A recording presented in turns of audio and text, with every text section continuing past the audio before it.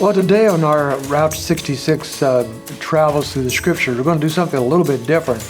We have just finished 1st and 2nd Thessalonians, which every chapter mentions the return of Christ. And we talked in chapter 4 of 1st Thessalonians about the rapture, chapter 5 about the second coming, and then 2nd Thessalonians about the second coming. So this is confusing to some people. Is there a difference between the rapture and the second coming? I believe there is. In modern churches today, many people ignore this or come up with different conclusions. Some simply say it's not important, let's not talk about it. But I believe it's important, and I hope to show you why. I want to give you 5 distinctions very quickly found in the New Testament between the rapture of God's people and the second coming of Christ in judgment. So if you have a Bible, we're at 1 Thessalonians chapter 4 and Revelation 19. We'll flip back and forth between those two passages. First of all, there's different predictions about this. In the book of 1 Thessalonians 4, we find this could happen at any moment. There's no signs that precede it. It could just happen whenever the Lord determines it will happen.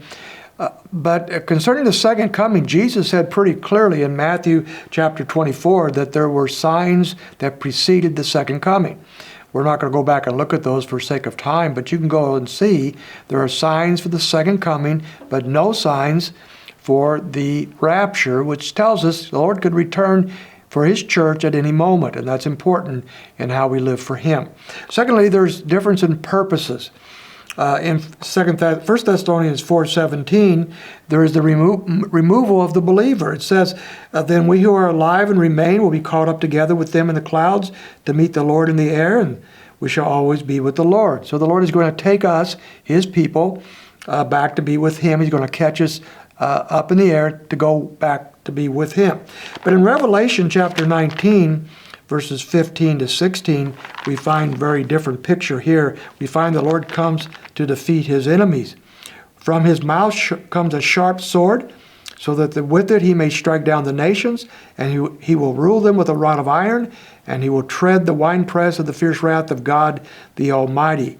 And so we find Him coming in judgment on those who reject Him at that time. We don't see that at all in the picture of the rapture. Thirdly, we have the association. In 1 Thessalonians 4:16 and 17, we find that He comes for His saints.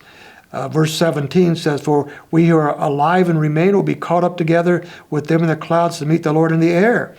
And so we shall always be with the Lord. So He's coming for us. He's going to call us to Himself in the air. But in Revelation chapter 19, verse 14, it tells us He comes with the saints. And verse 14 says, and the armies which are in heaven, clothed in fine linen and white and clean, were following Him on white horses. We find earlier in the chapter, verse 7, that this is a description of the saints, the people of God who are with Him. And so we come back with Him at the second coming. At the rapture, He is coming for us. Fourth, the place. In 1 Thessalonians 4:17, we're caught up into the air to be with Him. But in Revelation, we find that He comes to the earth during that time in that great judgment. Matter of fact, Zechariah 14, if you want to check that out sometimes, says that He actually comes and stands on the Mount of Olives. And the Mount of Olives divides in 2 different sections. And so He's actually coming to the earth and standing on the earth. Finally, there's different results. At the rapture, we find that we are going to be changed and caught up to be with Him. 1 Corinthians chapter 15, verse 51 says we'll be changed in a twinkling of an eye. But at the second coming, mortal people who are still going to die, people who are still going to sin, people who are still going to have babies, they go into the kingdom. We find that all the way through the Old Testament. We find the same picture in the book of Revelation.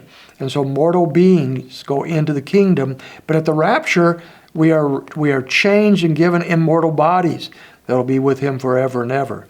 So there's 5 major differences between the rapture and the second coming. What we're looking forward to, folks, as Christians, is the rapture of His people. He is going to take us to be with Him and change us, and we'll be with Him forever. That should be a great incentive for us to follow the Lord Jesus Christ with our lives. You have a wonderful day in the Lord.